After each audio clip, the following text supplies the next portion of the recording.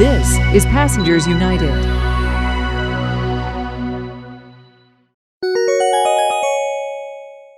Alright, so good afternoon everyone. My name is Charlton D'Souza. I'm the president of Passengers United. The spelling of my name is C as in cat, H as in house, A as in apple, R as in rain, L as in light, P as in cat, O as in orange, N as in navel. That's Charlton. And then it's D'Souza. D as in dog, S is in school, O is in orange, U is in union, Z is in zebra, A is in apple. So I'm the president of Passengers United, and today I am honored to be here with transit employees. Unfortunately, we have a crisis in our subway system right now. So far this year, 3 people have been killed in the subway. 3 people have been killed. So our subway system right now is in a state of emergency. We need leadership from the governor. We need leadership from our elected officials. And what we're seeing right now is, so tomorrow the governor is going to be releasing a plan that's basically going to have cameras in the conductor's position and the train operator's position. So we want to make something very clear to the governor. The old plan that she tried 2 times before is not working in the subway system. And what we need right now is we need police officers strategically located at locations ready to respond to 911 calls. We don't need 7 police officers at the turnstiles. We need police officers walking the subway cars, eyeballing people, going car to car, looking for potential problems. And we also have drug markets operating in the subway system right now. So last week, our brother, conductor, was viciously slashed on the subway, and it took emergency responders 25 minutes to respond. That is unacceptable. I've been in situations where we needed police, and it took 45 minutes for them to respond. Last night, a man overdosed on fentanyl. It took almost 40 minutes for the police to respond. So I don't know what's going on in the subway system right now, but the governor, the mayor, the elected officials, and the MP keeps trying to say that subway crime is down. Statistics don't matter. Cameras are not going to help someone.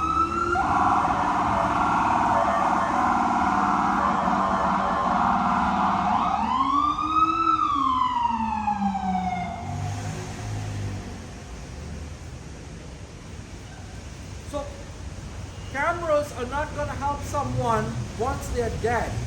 Security cameras are an investigative tool for police officers to use after a tragedy has happened.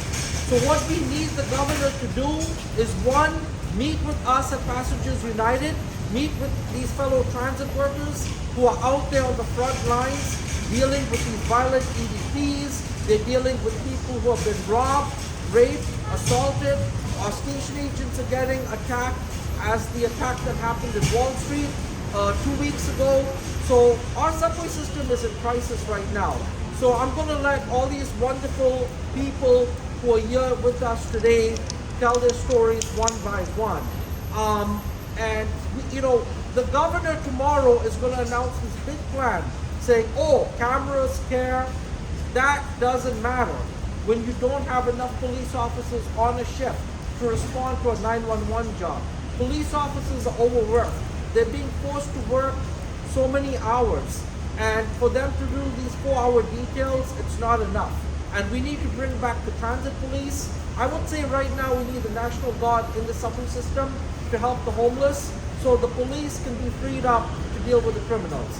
So I'm going to let everybody talk. So brother, take it away, okay? And then we're going to have you all speak, okay? Okay. My name is Jonathan Rinaldi. The elected officials have failed us. They've given away our social services, and now we are seeing the results of bad policy. They have raised the fares of the transit. They're about to put tolls to make it impossible for the native New Yorker to be able to afford to live and raise our families. And on top of that, the reason why our subways are filled with homeless, with veterans, and even with migrants is because of bad policy. It's because they've kicked out the homeless. They've kicked out the veterans. They don't have a place. They're stuck in the subways because the city has failed them. They have given up on the New Yorker. And the policies of the mayor and the governor are not to throw money to make this thing go away. It has nothing to do with cameras. It has to do with taking care of the New Yorker as opposed to taking care of people that aren't from here. And we are going to make sure that the policies and the money remain in the pockets of New York, and we will fight back and take care of our own. Thank you. We have Evelyn Byers, Evangeline Byers from New York City Transit. She's a train operator. My name is Evangeline Byers. I'm a train operator at New York City Transit. We are disgusted with the response to what happened to our brother, Austin Scott. It took the police and EMTs 25 minutes to respond to his slashing, which was an attempted murder. Had we not, the pictures not been leaked to us, we would have not known how serious it was. We're calling for the immediate firing and resignation of Richard Davey, who is the president of the MTA, due to his response to this situation. He said when he came on the job that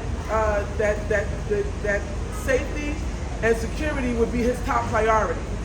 We have seen in the past months derailments, a breakdown of the infrastructure in New York City Transit. We have members who have died, been crushed to death by trains, no response, no investigation. Injuries on duty are up, okay? We are tired, sick and tired of what is happening in the MTA. It is gross mismanagement of a system that can be properly managed if they cared enough to do something. Now, Mr. Davey, on the day of the incident, him and his team put out a message to the riding public that the members, that the workers of the MTA of New York City Transit did a job action, which they did not do a job action. One of our colleagues was just almost murdered. And they were trying to find out what do they need to do to be safe because the perpetrator, the person who did it, was still at large. So they requested what is called the Safety Resolution Dispute Form. He went on in the New York Times and on the news and made accusations against us that put us in more danger. It's time for him to go. If you're not going to fix the subway system, you don't blame us who carry out the services. We don't make decisions and policies. We just carry out the policies and the instructions that are given to us on a day-to-day basis. Eric Adams and Governor Hochul are not off the hook either.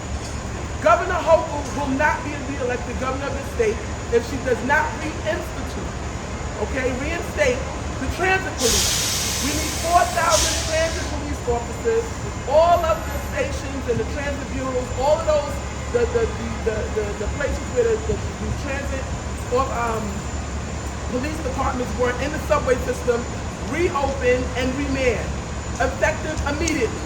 If you have millions of dollars to give to migrants on debit cards, then you have millions of dollars to pump into the system to bring back transit police. This is the city under siege. Failed policies of mental health policies and housing policies are the reason why this is happening. We cannot continue to work in the system where we're called to work there, but we're not protected and we're not kept safe. You cannot employ us and tell us to move this city and tell us to put our safety over service. We will not do it any longer. Again, my name is Evangeline Byers. I'm a train operator. And we're going to continue to occupy the streets. We're calling on all of the riders and the riding public to stand with us. Yesterday, we met with clergy and police officers and community leaders that are on our side and going to move along with us. We need to unite. There needs to be a move in this city to call it back to order. Eric Adams' city is under siege. He has no control over the city. It's time to stop playing politics and do what's right for the hardworking men and women of the city and the people that live here. Thank you. How's your Spanish? I don't speak Spanish. Oh, I thought you were like, You speak Spanish. She Evelyn, speaks Spanish. okay. Can you spell your what? name? Spell Oh, it. sorry. Evangeline. My last name is Byers, Byars. Evelyn, so I have a question. How do you feel that the NYPD posted a poster calling, you know, the conductor got slashed last week? They were calling it an assault on the wanted posters. How do you feel about that? That wasn't an assault, it was an attempted murder. A few inches lower, and he would be dead. That was an attempted murder. We have the pictures, and we have all of the evidence to show that that was not an assault, okay? And the not calling these incidences that are happening what they are is a problem, okay? It's not only just that slashing, but we have a rape that occurred at 169th Street Station in Queens, right? None of this is being talked about.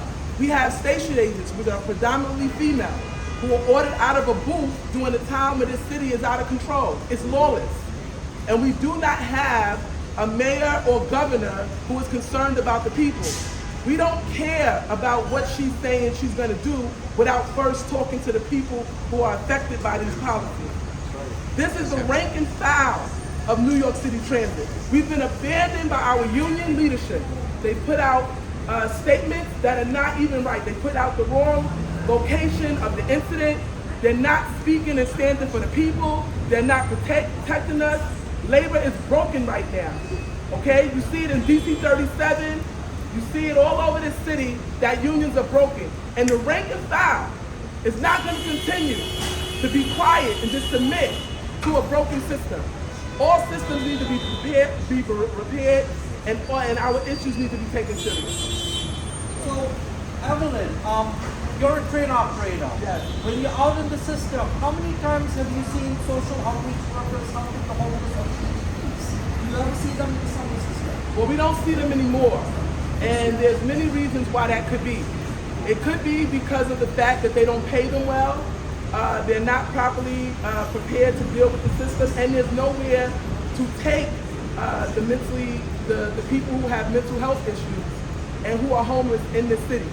The way they're taking care of migrants is not the way they take care of the citizens and the residents of the city. They have closed the mental health facilities and they need to be reopened. There needs to be long-term care for the for those who are mentally ill and mentally challenged, who are just wandering around destitute. And the lack of services and the lack of commitment to putting money and resources into our social services dealing with mental health is a real issue. So, the governor's plan tomorrow does not include 1,000 additional beds for violent, emotionally psychotic individuals who are off their medications. What do you want the governor to do on that? I want the governor to open up her office to the people who are being affected, instead of the puppets who go and misrepresent our cause. She needs to talk to the people before she makes decisions. You cannot make decisions for people that you don't talk to, who you don't even converse with, but you want us to continue to support you and put you in office. She needs to have a town hall where she hears from the rank and file of the city, of those who are being affected. And again, we, the rank and file of New York City Transit, have been calling for the reinstatement of the transit police. 4,000 transit police reinstated now. So, how do you feel about the opinion piece that was written by Rich Daley, the president of New York City Transit, where he said that the job actions that were taken last week, he said that the union promised him that it would never happen again. How do you feel about that statement made by New York City Transit president? I'm infuriated. That has really pushed me to act and to take to the street and to stay out here organizing the public until he's gone. What he did was irresponsible. There was no job action that occurred. People who were scared for their lives, who were told to go down the road and continue to operate and move this city while their lives was in peril. They did the same thing to us during the pandemic, and they didn't deliver on any of the promises that they made to us. Okay, and here we are again with a city under siege, and the president, the head of the MTA, stands up and calls our call for safety a job action. It was not a job action. It was covered under our constitution, under our collective bargaining agreement and the policies of the MTA. It is a safety dispute resolution form which you asked for, and it has to be delivered to you by his managers before any work can continue. They were simply acting, asking to be safe, and that they knew that they would be reassured that they would make it home to their families. So when the conductor was slashed, at Rockaway Avenue, and he was almost about to die there, we noticed that the mayor and the governor did not come to the hospital. How do you feel about that? It just shows how they feel about us. It just shows their commitment to us. There is no commitment to the New York City transit workers. I'll just give you an example. If you go to Brooklyn to Atlantic Terminal and you go to walk on the Long Island Railroad, it's quiet, it's secure, there's no homeless, there's no issues, and it's a system that's open. But everyone knows that you cannot go on the Long Island Railroad and just do whatever it is that you want. But if you go right downstairs to New York City transit system, you have emotionally disturbed people, all type of criminals, and homeless down in the subway system. Okay? And it's a problem because that's what Eric Adams says is a safe city. His policies are failing. We want to know, where is Eric Adams? Where is he? We haven't seen him. Again, stop talking at us and making policies for us before you even talk to us. Okay? You have to talk to the people. And our representatives don't represent us. This is the rank and file of New York City Transit. This is not the union. This is the rank and file standing up for themselves and making sure that we make it home. So how do you feel when there's an incident on a train and you're radioing the RCC for assistance and the RCC tells you radio for police en route? How do you feel about that? And how does that impact your workers' safety? Well, we know that they're not coming. Right? We know that when we blow the horn and we signal for police en route, we know that that's not going to occur. So a lot of times we opt to take our trains out of service and clear out the train, or we just have to keep moving through the system with whatever is happening on the trains, because the police take a very, very long time to respond, or sometimes they don't respond at all. So I don't know what statistics and what they're reporting, right? I hope it's not when they come to me when I'm operating and ask me, what's your name and pass, that they just came down in the subway system and just said hi. But they're not staying down in the system and policing the system. Again, we're calling for a reinstatement of the transit police. 4,000 strong. Have you ever been assaulted or spit at or had somebody verbally abuse you while you were operating the train? And have you ever had a 12-9? Can you talk about that? Yes. So I have had a 12-9 where someone fell in front of my train. The person didn't die. They were able to be retrieved from the track safely. It happened to me twice, and at both instances, I didn't come in contact with the person on the track. However, that's the issue as well. What was the other question? So the 12-9, how many 12-9s, how many suicides happen on a daily basis from people who are drug overdoses, committing suicides? Because this is what the public doesn't understand. Well, I don't know the exact number, but it happens every day, daily. Overdoses, jumpers, people jumping in front of the train, emotionally disturbed people having episodes on the train track is something that we encounter daily. All right. So if there's one thing that could be changed by the governor, what would it be? And we all want a meeting with her. What would you say to her in the meeting? What would be the number one thing you want her to focus on? We want her to focus on safety. One of the primary governing practices of labor is safety. We're supposed to be able to make it home to our families. We did not sign up to sacrifice our life. We signed up to serve the city, not to die in the performance of our job. So, hazard pay, the state Senate, Assembly, and the Senate, they haven't focused on hazard pay. They haven't delivered. Chuck Schumer promised us during COVID that we would receive $25,000 additional in hazard pay on top of our pay. They still have not delivered. I heard a soundbite from him not too long ago saying that they're still working on it. They can deliver. Again, if you can throw money at the migrants that come here, then you should be able to find our tax dollars to compensate us for the work and the sacrifice that we've done to sacrifice our lives in the line of duty. We're calling for a meeting with the governor, no more speaking through representatives. And I promise you, this movement is going to continue to build. We're not going to stop. Because what's not going to happen is that another life is going to be lost. So many lives have been lost and injuries in the performance of their job duties have happened at the MTA New York City Transit, and no justice for our men and women who work for the authority. And what do you need the federal government to do in terms of transportation? Do you feel like the Transportation Safety Administration should address our metal detectors? Yes. Well, the NTSB chastised Davey before for calling incidents that were happening and blaming it on the workers. Okay, it's the reason why the NTSB is now in charge of the system. Because instead of him looking at his and taking accountability for his poor mismanagement of the system, he turns and blames it on the worker. This is the second time that he's done it. He was chastised by the head of the NTSB. She took over the transit authority, is now under the National Transportation Safety Board, and now we're calling for his immediate removal. He's incapable of manning and handling the New York City Transit subway system. All right. Please, say your name and spell it.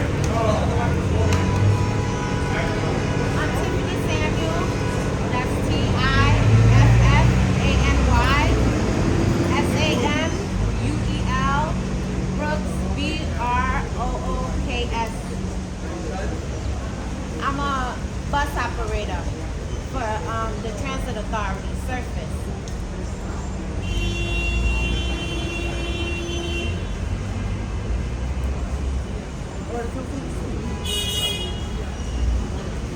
Okay, what we need is safety first. We need to be heard. We need to have protection. When we on the buses, we get assaulted as well. We get spit on, we get cursed out. People try to come over the partitions and they try to beat us up. So we need safety as well. And have you ever been spit on while you were operating a bus? Has anybody ever tried to assault you? I haven't been assaulted while I was on a bus, but as everybody knows, we wear our uniforms all day long. So one day I was coming to work and actually this woman had pushed me and I almost fell to the ground. And I called the command and said that I was assaulted, and they were like, oh, now you're gonna go out on workers' comp? That's not how you answer to an employee. I come to work to just do my job and go home safely to my family. And how would hazard pay help you? And because you guys have to deal with a lot of conditions on your bus. I'm sure you've had emotionally disturbed people on your bus. Yes. Who have been acting erratic. Yes. So do you feel that with everything going on in the subways now, that the crime wave has been spreading on buses? Because there was 2 incidents in the Bronx where a woman was slashed, where a guy tried to molest her. Can you just talk about that? Yeah, the wave of people that don't ride the trains because they feel like it's unsafe, they come onto the bus. And that also brings the criminals onto the bus, because on the bus it's even easier to fit on the bus. People walk on the bus, they don't pay. So everybody, whether it's civilians, whether it's criminals, everybody just comes on the bus. it's not safe. Thank you so much. And please spell, did you say spell your name out? Yes, my name is Tiffany Samuel Brooks. Tiffany Samuel Samuel Brooks Brooks. All right. Can I just say one more thing? Sure, go ahead, please. Yeah, so the bus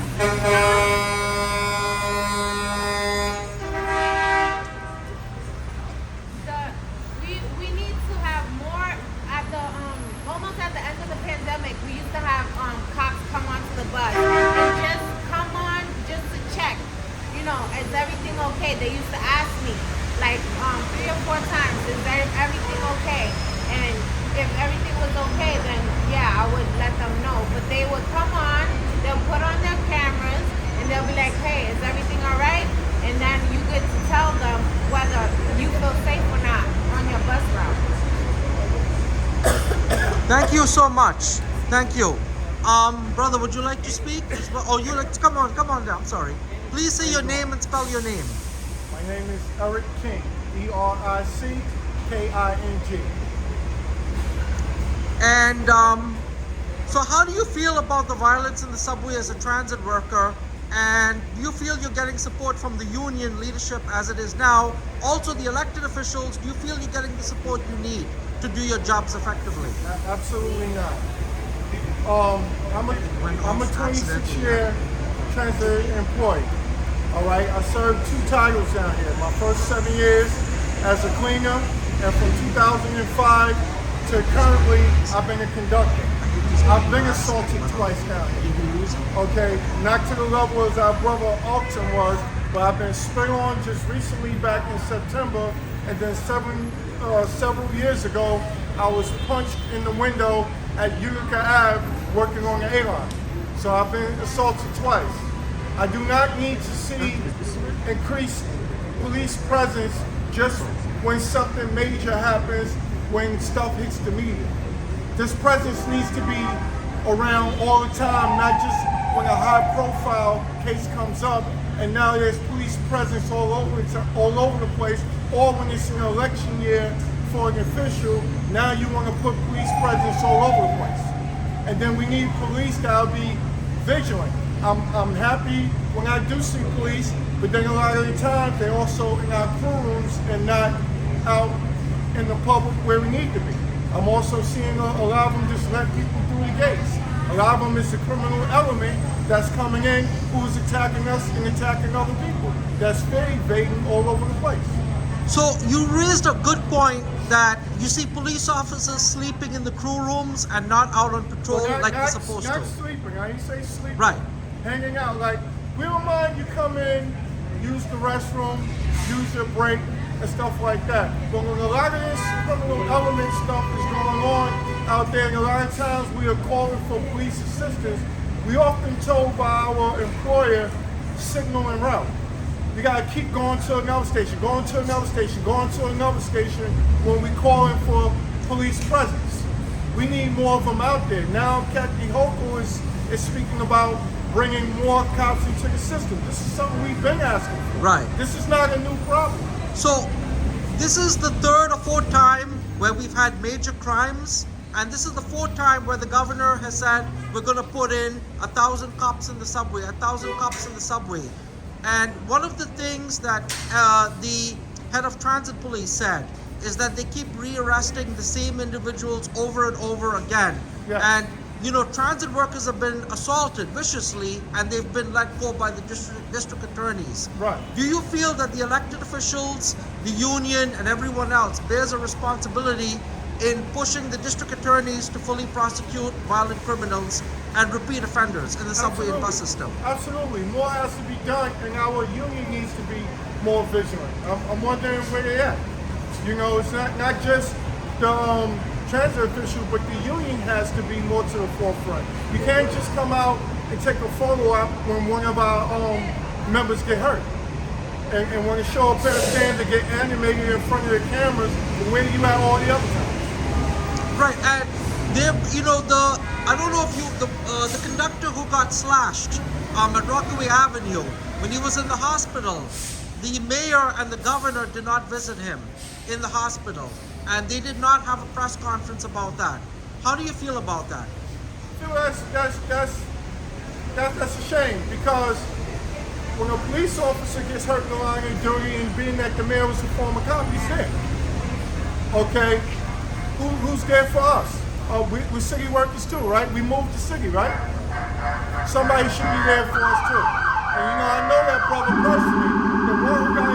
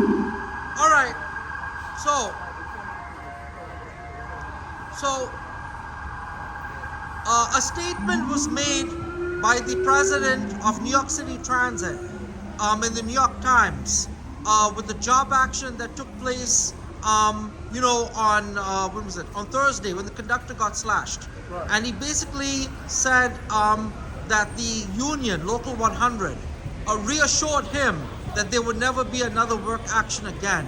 How does that make you feel as a worker, that your own union sold you out?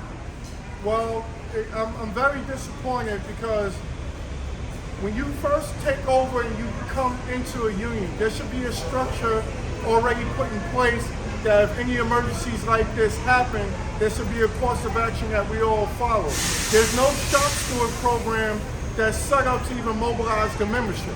And this is something that should have been done to where you have a proper course of action. You can't come out just all willy-nilly, come into members' faces that hardly ever see you in the field and barely know you, and tell you do this, do that, and expect them to follow you. And then you following a person that's hired by the TA that was known for union busting and other unions that and other jobs that he served before, and dictating to our union how things going to do, and our union is bowing down to him.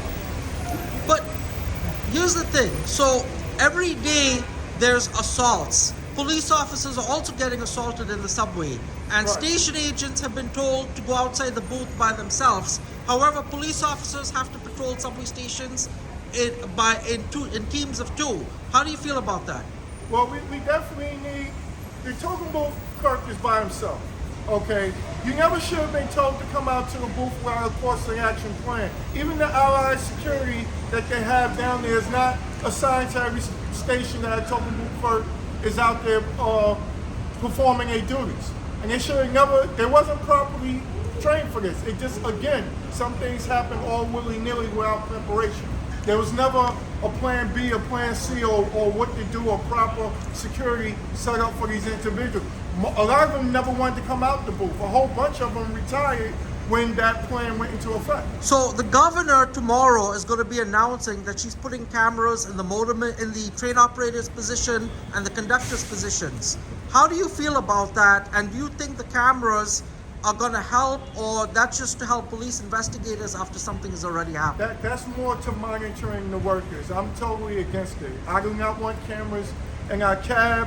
One of the reasons that the token booth clerks got the deal that they got, because we didn't agree for us to wear body cams where you mostly want to monitor us.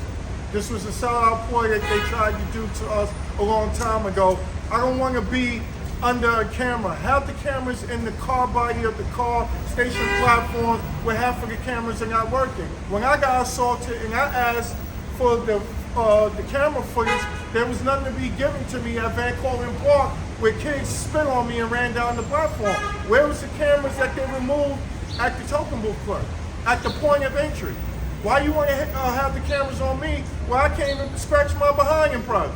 Yeah, and there's also reports that at Rockaway Avenue, where the conductor got slashed on Thursday, Yeah. that the cameras were not working in that subway station. That's- This goes back to what the governor keeps saying, cameras, cops, and action. But How do you have- feel about that? You have to have the cameras in the right place.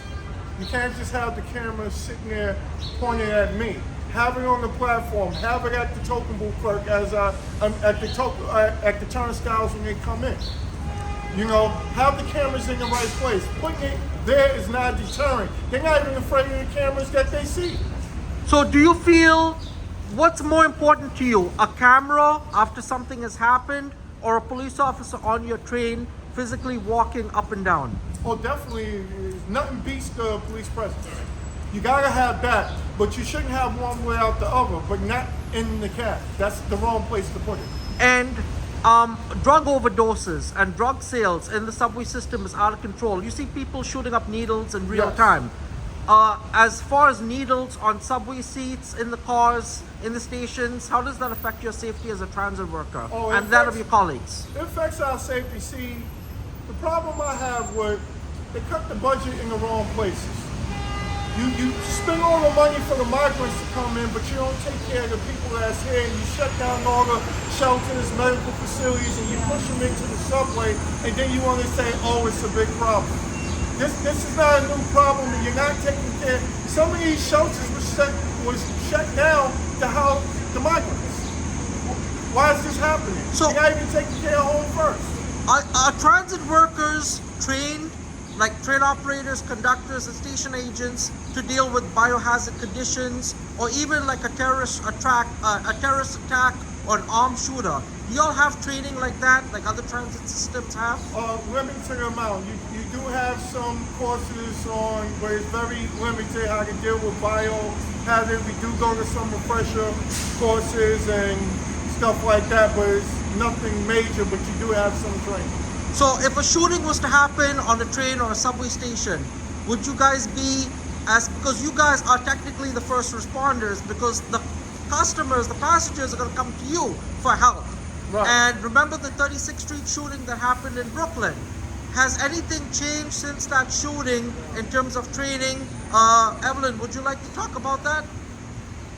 There's been there's nothing that has been happening any different since that's happened. They actually bought trains. Now we saw that the shooter was not able to get through the entire train, and it wasn't a massacre because there were subway doors. Well, now we have trains in the system that are full open, that if somebody came on that train to do a terrorist attack, there would be mass casualties because now there's nowhere to stop or contain an active shooter. Now that they've brought in trains where the system is fully open. Now they're putting new technology in the system. However, they're not even upgrading the safety mechanisms or putting more police in the system in order to deal with that. So nothing is happening. Again, this is the bigger issue, is that the governor is not talking to the people. She's talking to the puppets of the MTA or the union reps who have made deals with management. And we need her to talk to us, the rank and file, those of us who are committing our time when we're off, to come out here and demand answers. Right. So Chief Kemper of Transit Police promised that he would meet with us at Passengers United and with the employees. He has refused to meet. What does that say to you as a transit worker? That says that he's a coward and that he's running from his responsibility and he's dodging accountability for a subway system that he's in charge of, right? That's a coward. That's a coward's move. He can't deal with the pressure. If you can't deal with the pressure, then you resign and let somebody else take that position. Hey, how y'all doing? My name is Todd Brown. I'm a track inspector for MTA Transit. And I just want to say, and let the people know, that the union representatives don't care about us. They haven't cared about us. They more concerned about MTA management, working deals with them that don't concern us. In my opinion, they are corrupted. That's all I have seen. They haven't done anything to better our lives, to protect us. As a matter of fact, they seem to disdain us. And that's what's happening with the customers, with the riders, the rash of violence against them and against us. That's a symptom of them not doing their job, being inept with their job. So, the transit president for the union, recently sexual assault allegations came out about him, and I believe he's being sued in court. As transit workers, how do y'all feel about that? Well, we feel that something should have been done about it. First of all, he is the mere fact that he has these charges, he could be able to, he'll be at the bidding of MTA Transit. You know, you understand what I'm saying? He's getting compromised.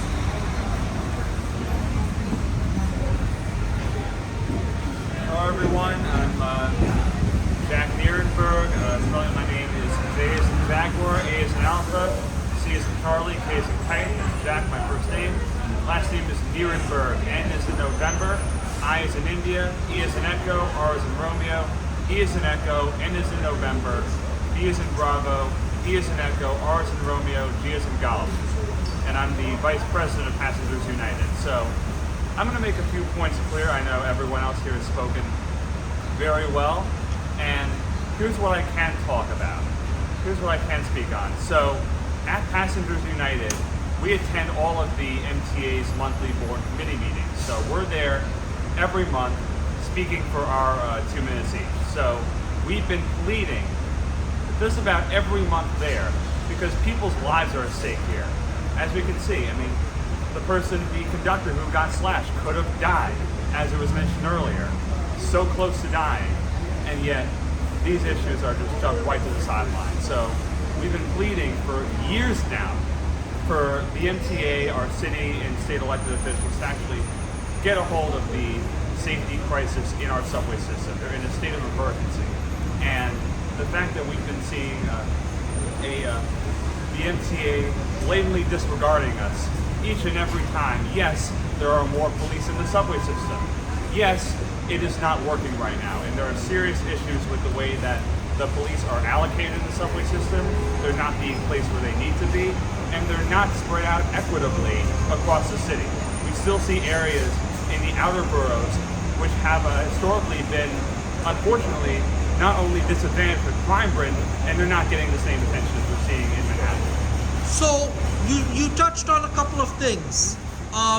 So there was a woman who was raped at 169th Street in the subway station. How did that make you feel?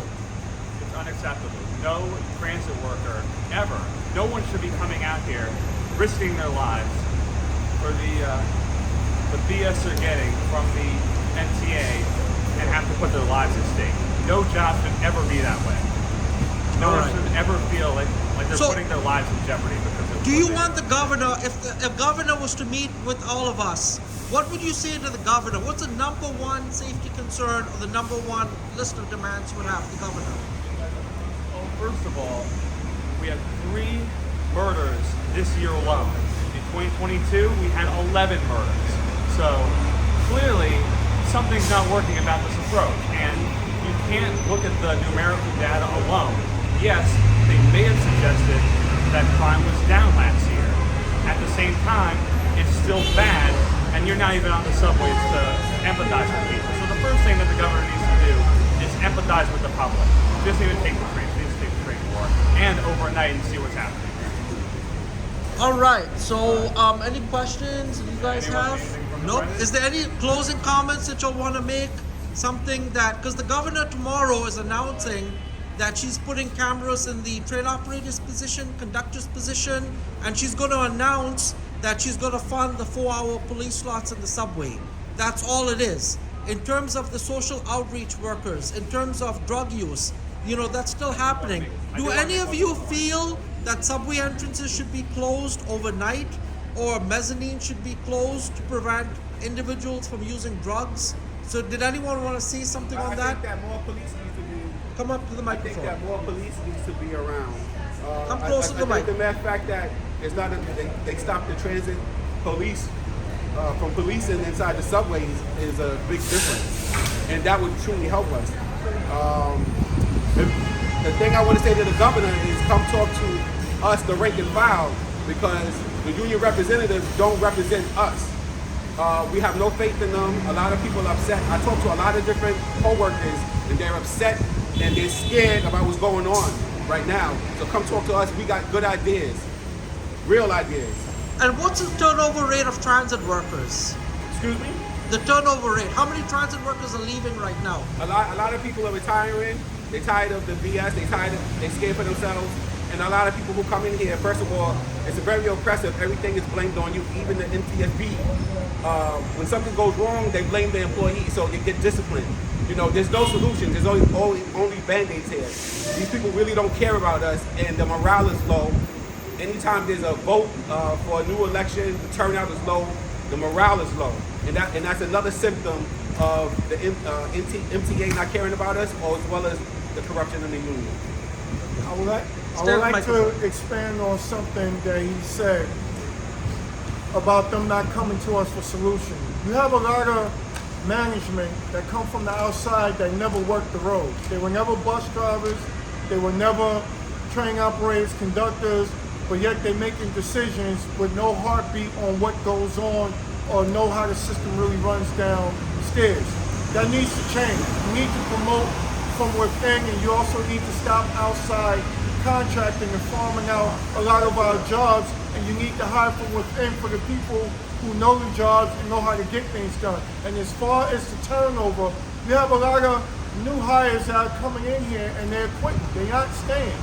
As he said, they're coming in here, they're feeling no press and a lot of different things. You got people leaving, but some people are now afraid to leave because of the medical benefits that now went the other way from the contract where we gained lifetime medical in 2005. So now you have a lot of people who feel trapped.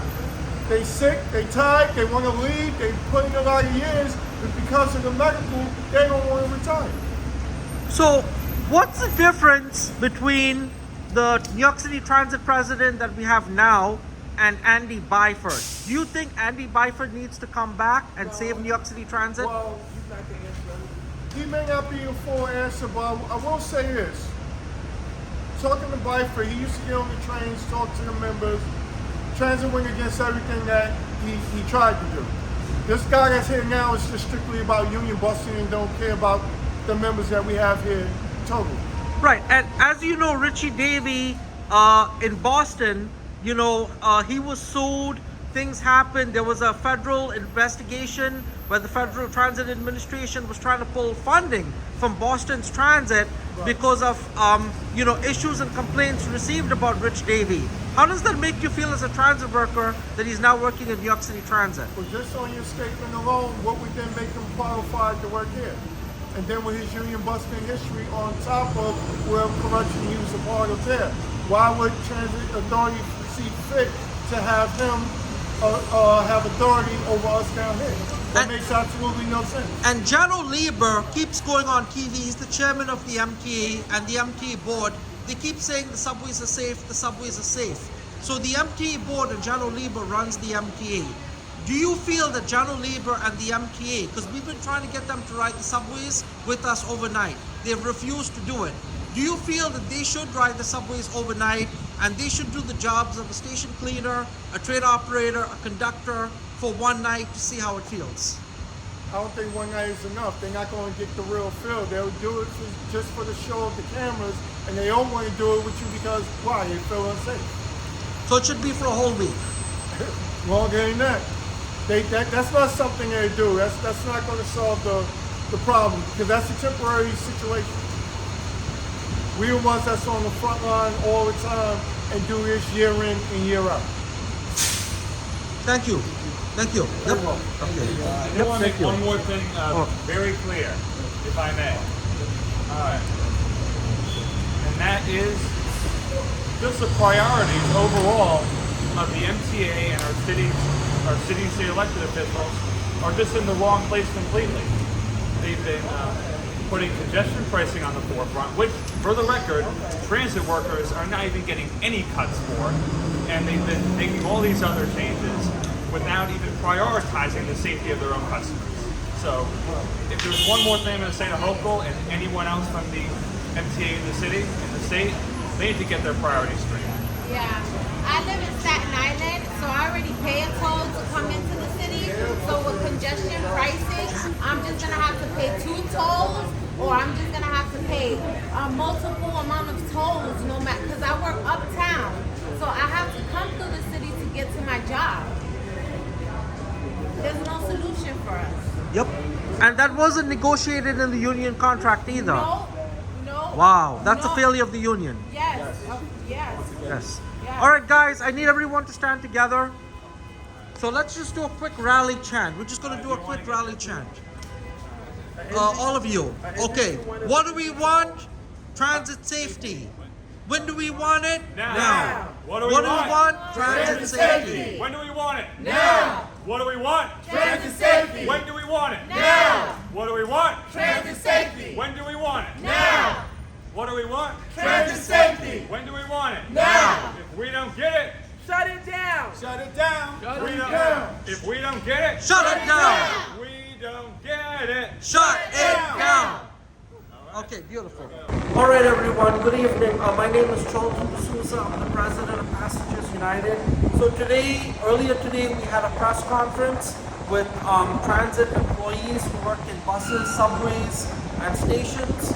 I was so proud to hold this press conference and to have transit workers there. And I want to dedicate this video to Garrett Goble, who died in a shopping cart fire. So here we are years later, still dealing with the crisis in our subway system. And we all have to reflect this month on what happened to Garrett Goble. And we all transit workers, we need to be proactive, we need to be active, we need to call our elected officials, we need to hold the union accountable for what's happening in the subway system. Because right now the subway system has gotten worse, not better. And you would think after Garrett Goble died that conditions would have been improved in the subway system. Nothing has been improved. It's actually gotten worse. That is a damn shame on the governor, the mayor, and our elected officials. So we need leadership in the city. So we're just getting started. And this press conference today is just the beginning. So for the leadership of TWU Local 100 that's currently there, you guys are a complete disgrace. Absolutely. And guys, I'm going to tell you now, Local 100 is in big, big trouble. And if transit workers, y'all don't start voting, y'all need to get involved, y'all need to apply to become shop stewards, y'all need to ask how you guys can help, and you need to talk to the candidates who are running in the union and be involved in that. You know, you guys are paying union dues. You guys should be asking some questions. Like, you know, why am I not getting help on my train? Why are there people sleeping on the train? Y'all gotta be proactive. And I know you guys are having a trip to Albany for Lobby Day up in Albany, but we all know that is, you know, that's just a trip to eat some lunch and come back.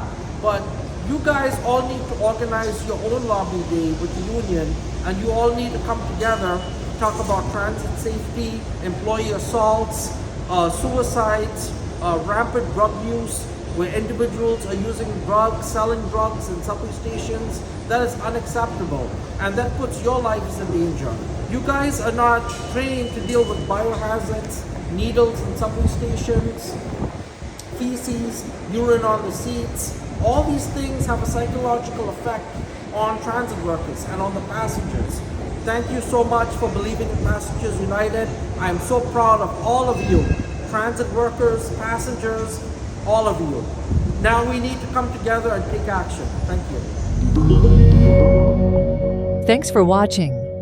To stay up to date with Passengers United, please subscribe and follow us on social media. Learn more about us at passengersunited.org.